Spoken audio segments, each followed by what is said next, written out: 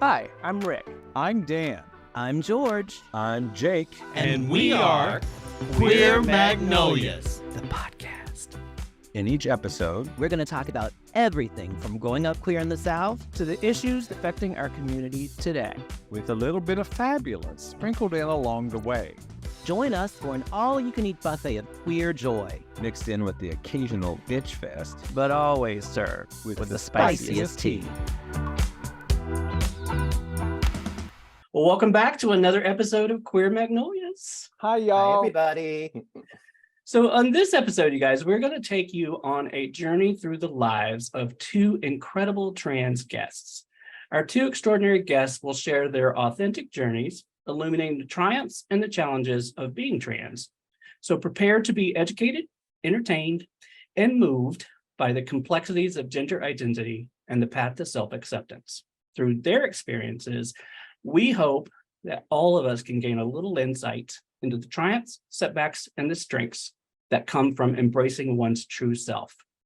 And fuck anyone who dares to get in the way of that. Yes. So welcome, y'all. I agree with that. So why don't we start with each of you. Kaleef, we'll start with you. Introduce yourself and just tell us a little bit about you, and then Chris will have you introduce yourself and do the same. Hi, everyone. Thank you so much for the beautiful introduction, Queer Magnolia team. I'm so excited to be here. My name is Kaleef Starks, and I am a Black trans woman, born and partially raised in Fresno, California. So I grew up in Fresno, had a really rocky childhood. You know, I come from a family that is very hood and very conservative as well, and very religious as well. So I did not have supportive family at all in my transness and in my queer journey. And I call it queer because, you know, I'm a trans woman, so I'm an unconventional woman. You know what I mean? I am a different woman, you know, but I'm still a woman.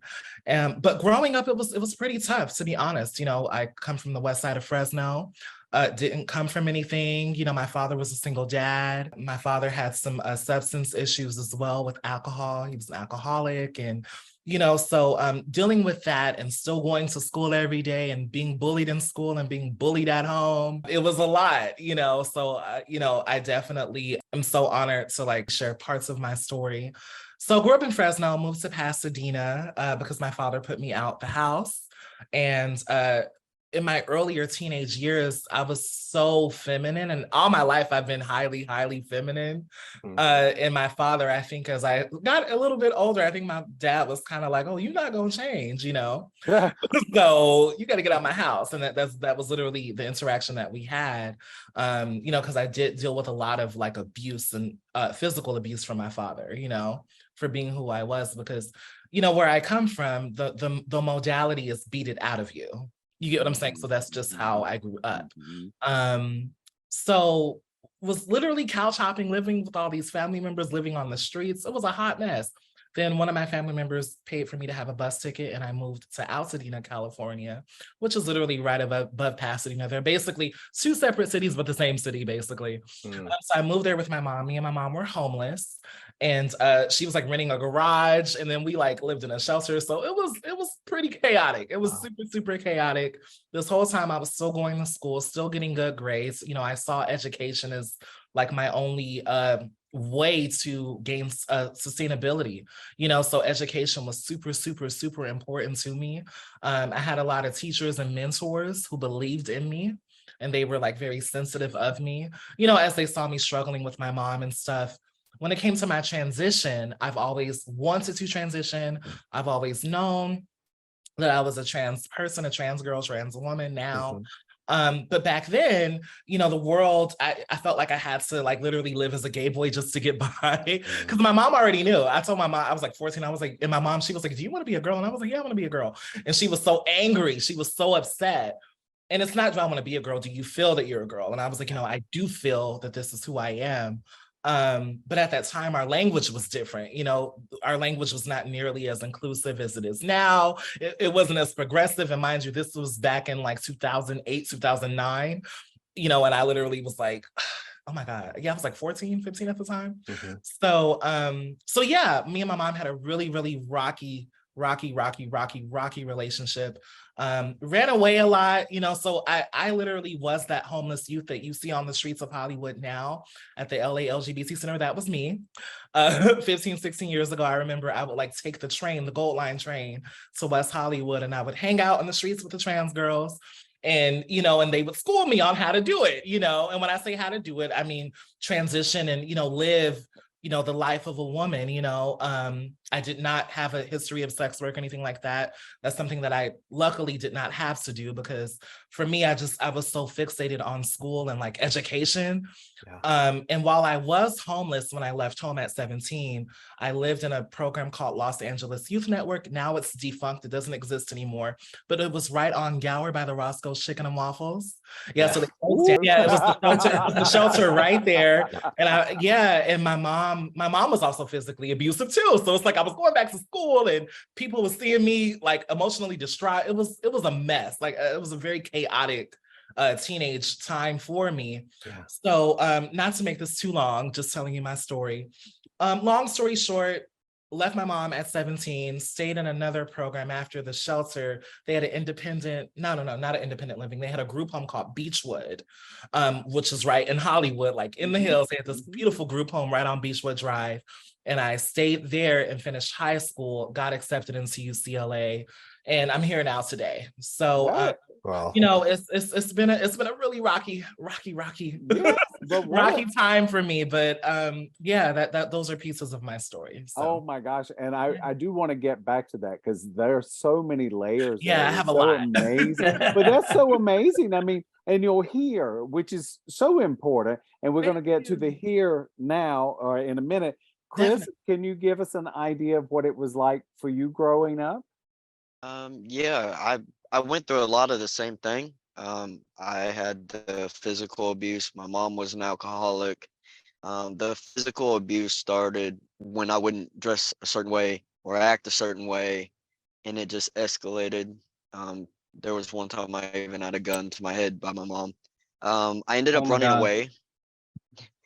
Yeah, I ended up running away 3 times. The third time I ran away, I actually got to stay gone because when the cop found where I was, I had them call my mom because I knew she would be wasted, drunk, and passed out.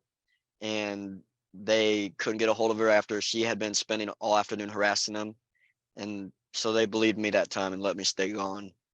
I did not continue education. That's very noble that you continue education through all the struggles. I was not able to do that. I got in a lot of trouble from starting off, with nothing. There's times I've slept on the streets and the cemeteries, wherever, ate out of trash cans, That was all identifying as a lesbian. But when I came out as trans, she seems to be okay with that part. Oh. Wow. Really? All right. That's interesting. Yeah. I was about to say, I think that's something sort of different than I'd have thought. So I want to ask you something, though. You mentioned you got in trouble a lot. I have not been homeless at all.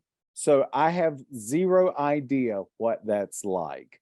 So I can only imagine that if you encounter homelessness, then you must get into trouble, right? Because I mean, there isn't that what we call home with a roof over our head. So Can you talk about that? Either one of you or both of you? I feel like Chris. Yeah, you have to survive. You when you're thrown into a situation like that, at home it was trying to fight for my life there. And then I throw myself into the street instead because I figure I have a better chance on my own. And when you do that, you don't have anything. You're fighting to survive out there. So you're going to have to do whatever it takes to survive. And a lot of my survival came from friends. So that worked like I stayed in a park by their house. Their parents didn't know. So that worked to an extent. But as you grow older, I mean, you get in more and more trouble. Yeah, and just to piggyback off of Chris, trouble is always around the corner. Like I remember when I left my father, 'cause my father was highly like crazy. Like think of Ike Turner, right? That was like my dad in the sense of like he would beat you and then buy you stuff. You get what I'm saying? Like that was what I dealt with. And the abuse was crazy. I remember like there were times where he would boil hot water and throw it on my face. Oh my God. Not to get too crazy, but that was like a normal thing.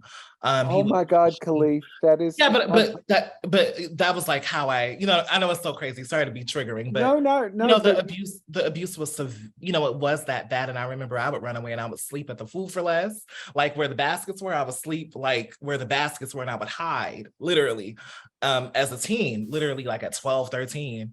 And it got to a point where with him, that was what I knew all my life. And I really just got tired of it. And I like stood up to him, and that's when he kicked me out, and then with my mom was also the same way. And how I avoided trouble, because trouble definitely came to me. I've been propositioned to be a sex worker. I've had people attempt to pimp me out, and I was very like, that's not what I do, but it's always there. Like I had men who would try to do that to me. Human trafficking and sex trafficking is very real out here. Yeah. And growing up, I was definitely propositioned a lot, and I would always decline or figure out ways to not do it.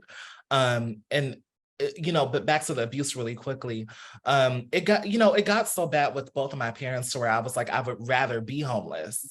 I would rather, live in a shelter or live in Parker, do whatever I have to do. Like I remember one time my dad, like he found me sleeping at a bus stop because I ran away a lot. Like I ran away like 25, 30 times. It was crazy. I would always run away, but my dad, he would like drive around looking for me, and my mom would too. Both of them, because my father was in Fresno, my mom was here, but at both time periods, I would run away a lot. I would just, and I wasn't a bad kid. It's just that I was going through a lot. I was still getting good grades in school the whole time. It was a mess, But trouble is always there to take it back. And it was one of those things where I literally kept like trying my best, with the education route, and I understand that was also a choice too, but I also understand that in some cases we don't have choices, and when it comes to street life is very real. Yeah. And,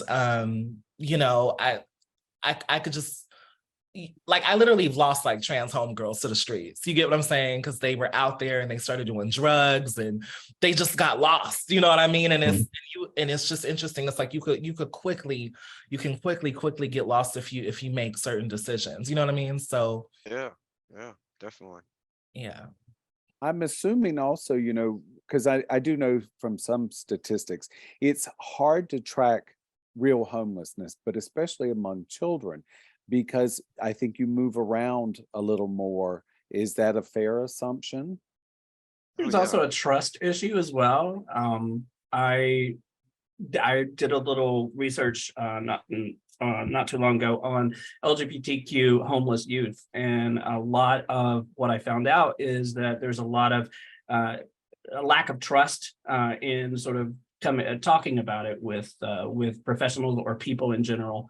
I think it's probably a combination of all of that, especially with LGBTQ youth. And not only that, LGBTQ youth literally rarely have anyone to turn to, even in these programs, some of the staff members are not the best. Some of the staff members will do certain things to LGBTQ youth as well, and get them into trouble as well. You know what I mean? So it's like being a former LGBTQ youth, you're kind of you're being hit every angle. Like it's always something, around that's probably either like wanting you to get into trouble, or you just have to get into trouble to survive. Yeah. It feels like there's always like someone around trying, like it's stacked, right? Yeah, like it feels like the odds could be really against you. I don't know if Chris wants to elaborate more. No, yeah, that's very true. You don't want to reach out to anybody because then you think, oh well, they're gonna send me back, or they're gonna send me to some facility or something. I've had several youth reach out to me asking, not putting a lot of information out there, asking basically what would happen if they call Rainbow Youth Project. Would somebody call on them or anything? And I've had to tell them flat out, like, if you're doing something harmful to yourself, yes, they will. But it does happen. They're scared. I was scared. So that's a great point, Chris. Why don't you talk a little bit about the work that you do with the Rainbow Youth Project and the Trans Action Committee? I know we covered it in a previous episode, but for the purposes of this, just talk a little bit about that.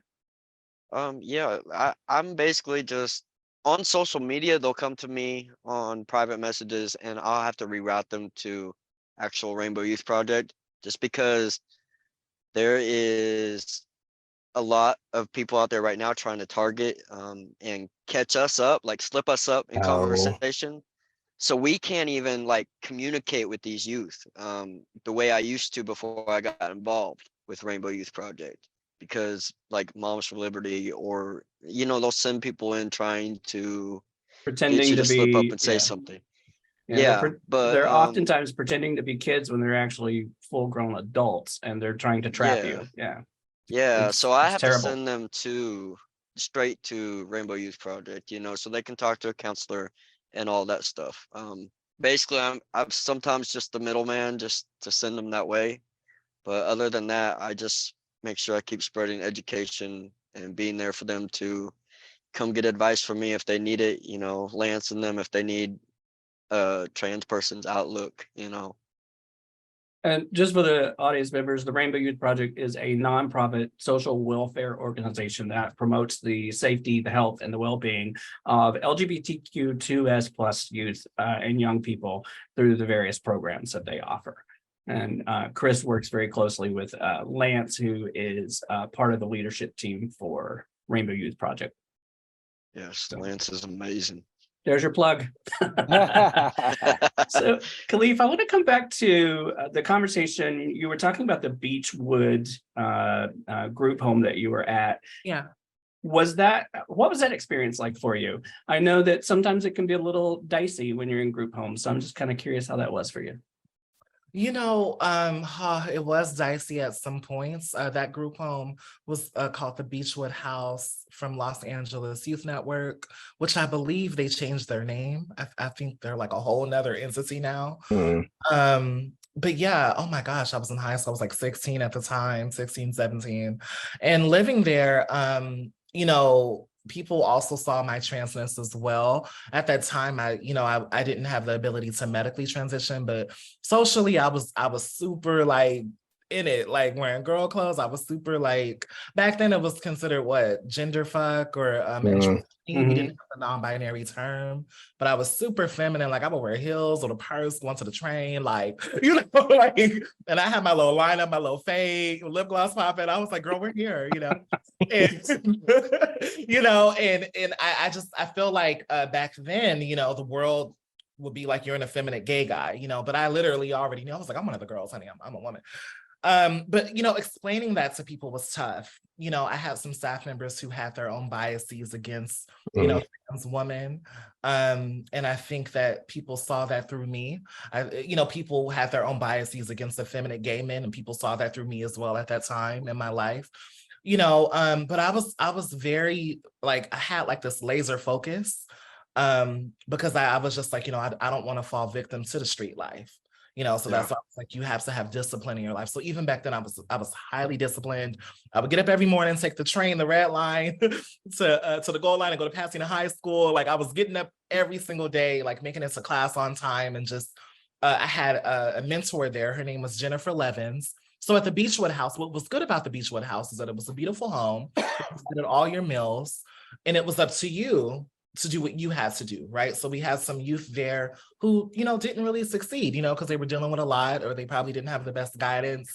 They probably had some behavioral issues. Then you had some youth who finally felt like, oh my God, I have peace. I could live in this group home for about 1 year to 2 years and get myself together. I can graduate high school, and I have a case manager that I could check in with weekly to make sure I'm going to school, make sure I'm, if I'm working, I'm saving my money. So we did have good case managers who were there as well.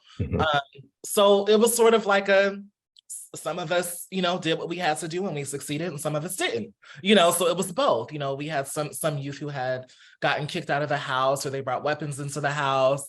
I had situations where people tried to fight me, and I was like, honey, you're not gonna hit me. And, so, things like that would happen because, I didn't want to lose my spot in the house. So I would try my best to like stay out of conflict. And, it was, we had homophobic residents and transphobic residents there. So I would deal with that, but I would often have to kind of like pick and choose my battles so I wouldn't lose my living situation, right? So there were times where, the kids get a little rowdy, like, oh, let's go outside, let's throw some hands.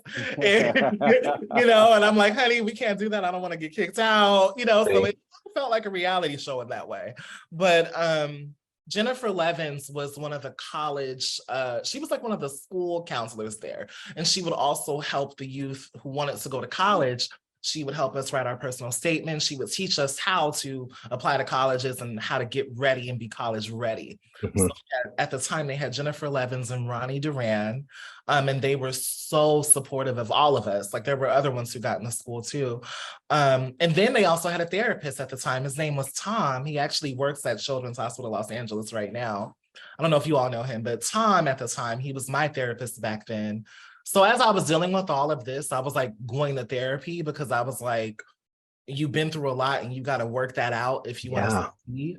So, that was my thinking back then at 16 years old. I was very like, let me go to talk to somebody so I can get my shit together so I could like get this together and I could focus. So that was my journey back then at the Beechwood house. Well, you were so wise at 16. Like you seem wow. like that's amazing. It's so good on you.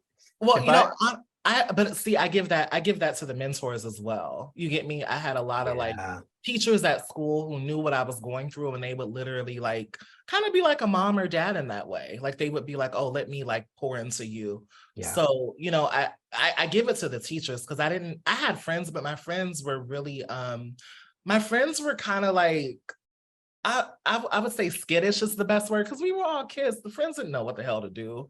Like they didn't know what I was really dealing with my mom and homelessness and stuff and how my mom was threatening to kill me. And like I had my mom like threatened to kill me sometimes. And I was trying to keep this all under wraps, and I was trying to like protect my mom and not tell the school, but then it got out and it was just so messy and really chaotic. So, the teachers and mentors at that program definitely did me well. Chris, did you have any mentors along the way when you were going through homelessness and at home? I was 14. I had already dropped out of school because my mom made me. I had already had a job where she worked. So I didn't have like any counseling during that time, anybody to look up to. I was in my own world. The only thing I had was a long distance girlfriend, and that's where I kept trying to go to. Eventually I ended up staying in her house. Her mom wasn't okay with that until she just became okay with the fact that I climbed in the window every night.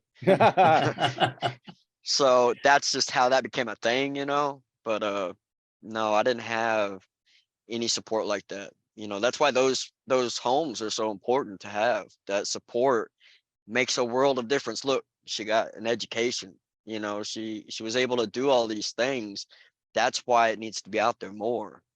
Because I didn't have representation to even see where I was at.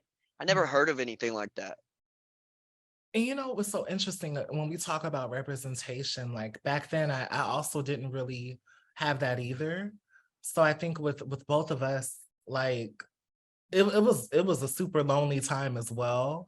And I think for me back at that time, I was like, I felt like I kind of had to like prove myself to the staff members as well, because I would have staff who would be like, oh, you're just going to be on Santa Monica selling cat, girl. Like that, staff would say that too. Staff would say that to the trans girls and the gay boys. Wow. Like, oh, you're just going to be a hoe. You know what I mean? Right. And that's what they would say. And, I was just very much so like, well, I'm going to try to do something here. I'm going to try my best to do something, so that was, I feel like I just had, although I was really broken and like really lost at that time, I also had that weird hunger or determination at the same time, which motivated me to also work in the community. I worked at the Covenant House, California. as a career specialist there. And they never hired a trans female staff member before, a trans girl before. They only hired like trans male staff. So they took a chance with me. So I worked there for a little bit in the last like 3 years. And then I also worked at Children's Hospital Los Angeles for their adolescent medicine program. So I was a prep navigator there for about 2 years. Then I also worked for Blush, which was the group for trans youth there and non-binary youth. It was a support group that we had, so I did that. And then I worked at the LA LGBT Center in the policy department for intimate partner violence. So, yeah. I think it's critical that a lot of these organizations bring in and employ the people that they cater their services to, because it's important, to be able to understand the experience versus just being able to talk about talking points on a piece of paper, Sure. or what you've been told. Yeah, you can have the best intentions in the world, but until you've actually walked in someone's shoes, or like you're living this, you are the people that you're trying to serve, you don't have all the answers. You don't have all the facts. You just don't. Right. And I think it's also important that, we're beginning to see a little more, but representation in media, whether it's television, movies, or whatever, we have to see ourselves represented, because as Kaleef said, you feel left out, right? If you don't see that Lonely. representation, you feel lonely, and you can't understand. I would assume everybody says I'm the only one. That's what I thought living in a very small rural town. I knew I was different, but I didn't know why I was different, because there was no representation. There were maybe a few things on television that people made fun of, but that's not representation. That just makes you feel worse. So Kaleef, you did mention something that I just love, is you were talking about finding peace. So is that still important to you? And I don't ask that in a small way. I mean that very Like in a major sincerely. way. Yeah, before I answer that question, can I touch on the representation moment that you just made? Yeah. I want to piggyback on Chris. Like back then, there weren't a lot of trans male at all. Like that was just like not even, like I think we had Chaz Bono, and that's it. But Chaz was so quiet. That was later on. But Chaz did, it was later on, okay. Yeah, but even when he popped up, he didn't really talk. It was always Cher talking about his journey, but he didn't really talk. You didn't really hear him talking about his journey, And even back then as well, at the time, we only had ISIS. We had ISIS King, we had Carmen Carrera, we had Laverne Cox. You get what I'm saying? So those were like the few. But yes, to touch on the peace conversation, peace is pivotal. I feel that like living this experience, if you are a part of any like marginalized group, you're gonna have some type of like muck there. You get what I'm saying? And I think that's what we all can relate to in the LGBTQ community. So peace is like pivotal for me. Like I meditate. I don't always get it right. I'm not always the most consistent person who meditates, but I do have a part of my life where I'm very like woo-saw. Like I literally went to a sound bath and breathwork session a week ago in a garden. A lot of people don't know that side of me, but I do try my best to practice a level of peace and like spirituality just to keep me grounded and keep me sane. And also too, I just think in the times that we're living in right now, all of our joy is important. That's why I try to take moments to have fun. I try to take moments to be in community with people. Like I try to take advantage of those times and those moments to kind of keep my cup full as well, as best as I can. And then keep the battery charged. Yeah. Sure. Transitioning a little bit to sort of the current climate legislative issues. I read an article recently, a few months ago, in the New York Times that talked about what I will call all of this trans panic that we're seeing across the board. And it talked about sort of how that came to be and sort of where it came from. And it was a specific strategy from the GOP after they felt they had lost the gay marriage debate. They were trying to find a topic that they could sort of gin up the masses and to get people all riled up and warring about, I guess, if you will. And they were able to come up with trans athletes in sports, and they were kind of surprised, impressed, I think the article said, that it exploded in the way that it has. And over the past year or so, ever like this explosion towards all of that. I want to talk a little bit about what's going on and what we can do to sort of overcome that. And before I do that, I will say Chris and I were talking offline earlier, and he had made a really great point about how it's comes out of fear. A lot of people don't know trans people. They think that trans is something new that's come along, and trans is not new. It's been around for a very, very long time. And but it's the lack of representation, the lack of visibility within the community. And I think that, I want to sort of talk a little bit about what some of those common misconceptions might be, or, stereotypes. What message can we put out there to overcome some of that? A lot of the misconception is that it's a choice, it's not a choice. Somebody outside of like myself, they can't see how it feels inside me. They can't see how serious it is, I guess. Having this feeling inside. It's like a deep internal misbelonging. They can't understand that. They think it's a choice. The choice is to transition, but being trans is not a choice. And to piggyback, they not only think that it's a choice, but oftentimes they're basing a lot of their ideologies, upon religion and beliefs, right? That's the root of it as well. It's like, oh my God, this is challenging my beliefs, and this is something that I just don't believe in as well. So, a lot of the times, the reason why they're acting like transness is new is because it goes back to them not wanting to believe in it. These people already know that trans people exist. They already know. They've already seen Jerry Springer. They've already seen all the shows. If they, my whole thing with them is like they already know the stereotypes. They already know the negative things about being trans. They already know that stuff. They know that very well, Yeah. So I kind of don't even give them a lot of grace in that arena, that they just don't have any knowledge, because they do. But they often view what we do as a choice, but they're also choosing bigotry. They're choosing to hate.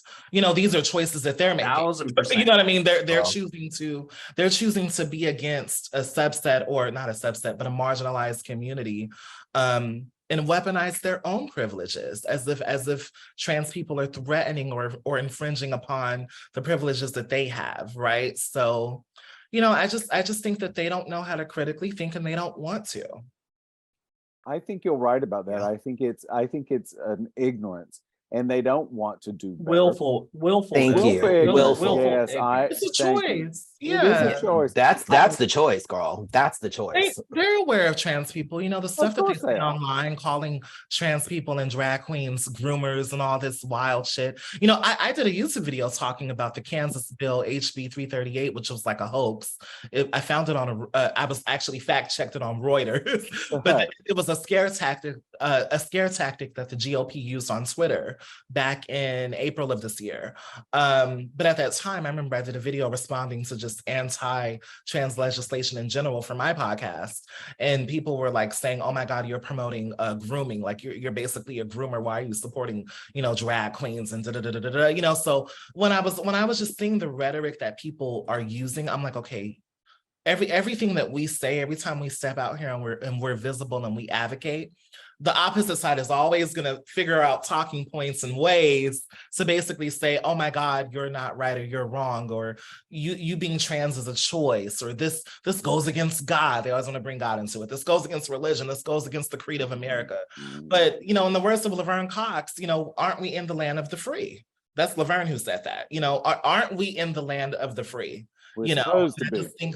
I just think that we live in a time where people are they just operate in a very hateful and selfish and scarcity mindset. I think that they feel like someone is taking something from them because they're shocked that people who are different are actually elevating and actually being happy with said differences, whether they're trans, gay, bisexual, lesbian, or whatever they are, non-binary. I think when people see our happiness and see us like achieving things and like normalizing our own lives and humanizing our own lives after being told that we were not human and that we were not normal. I think that's also a part of the disconnect as well. They can't take. Yeah. And one thing I know, this it sort of boils it down to a little bit of crazy on my part, but no one ever said they didn't want to take your tax dollar. No one. Mhm. No politician said, "Oh, don't worry, you're marginalized, so you don't have to pay taxes. You just get to go free."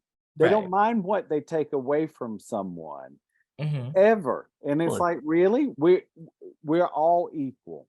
well, I think it's all about taking away. Yeah, I mean, they want to take away. You're absolutely right, but it's just So crazy. they'll take our money, but they won't give Yeah, us anything they back won't. for it. Yeah. Precisely, and we're all human. We are exactly equal. Every single human is equal. Mhm. No one deserves more than or less than. We all deserve perfect happiness and Yeah, we all peace deserve and love. equity. We all deserve equity. You know, we all deserve Yes, access to housing. We all deserve access to jobs and employment. We all deserve the right to healthcare. vote. You Yeah. know, these are things that we all deserve the right to choose if we want to participate in it. And just because who we are, you know, regardless of who we are, gay, effeminate, gay, non-binary, gender fuck, oh, I want to wear this today, whatever we are, you get what I'm saying? Like, I just think that it's interesting that we're in a time where there's this major reverse that we're witnessing. You know, they're literally violating the Constitution and changing things. And it's like, it's insane how all of this is, our rights are literally being stripped right before our eyes. Totally agree. Yeah. Totally agree. And it's So just being mindful of the time, because I know we want to sort of stay on track here. To wrap things up, I would love to leave this in sort of a positive. I mean, I think the whole conversation's been very positive, but like one positive success story or happy ending, happy story that you'd like to share to sort of take us out of this episode. So we'll start with Chris. Why don't we start with you? Because we started with Kaleef. Are we talking about our own life or somebody else? Whatever you want to share.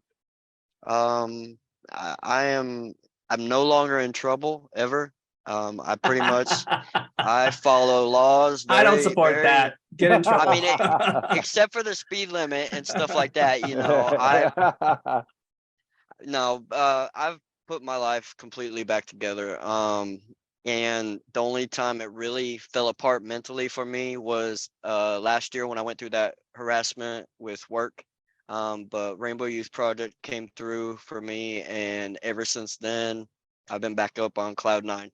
So my life, no matter how it started or how it went, it's completely different now, completely different life, and I have found myself, and within that is where I found peace in life. I love that. Getting me choked up again, damn it. I love it. I love that Kaleef? so much. I'm like, how can I follow up with that one? Sorry if I was long-winded, y'all. It's just that I think this is something that gets all of us so passionate. And I'll be like, oh, it pisses me off this is happening to us. But on a positive note, for me, I'm just gonna continue to be an example, hopefully, for especially in representing Black trans women in particular. I think that Black trans women, our experience is so vastly different in a lot of ways, but people could still connect with us, so for me, I'm just so honored. I was recently given a full ride to USC Annenberg for graduate school for my program in journalism. Wow. Super happy. Hey. Yes. Yeah, and honestly, I just want to continue to highlight the work that Janet Mock has done, that Laverne Cox is doing, Isis King, and not only just the famous girls, but the girls who are on the ground, who are actually service providers, like Mariana Marakin, like my good friend Cadence King, Shandy Moore. You all know her from I Am Kate. Shandy Moore is a great friend of mine. So just highlighting Black and brown trans women who who are really doing pivotal work, and also Black and brown trans men, like friends of mine, like Lexington Kennedy. He's doing amazing work at ABC. Daniel, who's doing actual service work for the community at Children's Hospital. So it's just a lot of positive people who are really just living our everyday lives as well. And I think that their stories and just honoring what they do in this moment is something that I want to highlight. It's amazing. Love that. And so do we at Queer Magnolias. You know, this has been important to us, and it was important that we represent this episode with people who need to be highlit. The two of you do. We really appreciate the fact that you've come on and shared with us your stories. It makes a difference to all of us. And Kaleef, I'm Thank just you. going to say, this table, you never have to apologize for being long-winded. Because we all are. We could sit and talk all day, and we have actually. So Thank you. No, it's once again, what you all are doing is magnificent. Even speaking to the Southern experience of your experiences is so beautiful. You know, I think that you all should continue to be storytellers and highlighting all different sets of this community. It's such an honor to be here. Oh, thank you. Congratulate y'all. Y'all doing amazing work. Thank you. stop it. Yeah. I really feel like this is like just the first of a continuing conversations. I mean, I would love so much to have you both back and just to keep this conversation going, because it's all of it's changing. It's changing every day. Yeah. And I we've was- only I was we've going only to say, scratched the surface too. So you know. and Well, I'm if going you to all echo want a George. part two, call us. You know, if you want a part two, let us know. Girl. Right. Careful what you wish for. I'm right here. George, send me a text, boo. When you ready, George? Yes, ma'am. Yes, ma'am. All right, perfect. Well, again, thank you so much. We appreciate you joining us today. Before we go, I would love for the two of you to tell people how they can hear more from you, like how they can get in touch with you, or just, I mean, you're both so amazing. I want to hear from you all the time. Yeah, well, my name is Kaleef Starks. You can find me on my socials, Instagram and Twitter at Kaleef Now. That's KaleefNow, Kaleef Now, for my Twitter, Instagram, and my YouTube channel. My podcast is called The Perfect Blend, which you can find on all major platforms. Type in The Perfect Blend, Kaleef Starks, Apple Podcasts, Spotify, all of them, great. And then YouTube as well, type in Kaleef Starks, The Perfect Blend. I recently started a series called The Pride Series, where I highlight people who I know in the community. So that's something that I'm doing specifically for the Pride months this year. So check me out. My name is Chris. You can find me on Twitter, TikTok, and Instagram. It's all Mr. Chris here.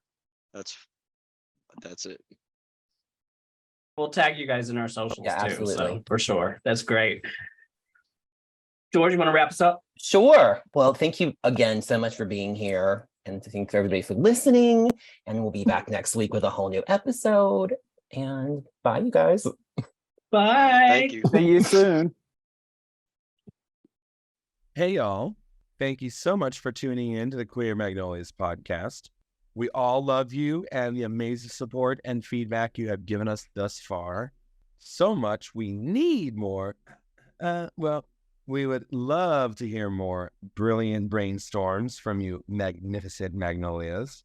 So we highly encourage you to be included and find/follow us at Queer Magnolias on Twitter and at Queer Magnolias Podcast on Instagram and Facebook, if you haven't already. We would love to hear your comments and feedback, good or bad. Wait, what? Wait. No. Nobody wants their bad comments. Fuck that. Fuck off. And you can listen to us on Spotify, YouTube, Apple Podcast, wherever the hell you're listening to us right now, or wherever you might find your podcast. All right. Until next time, Blossoms.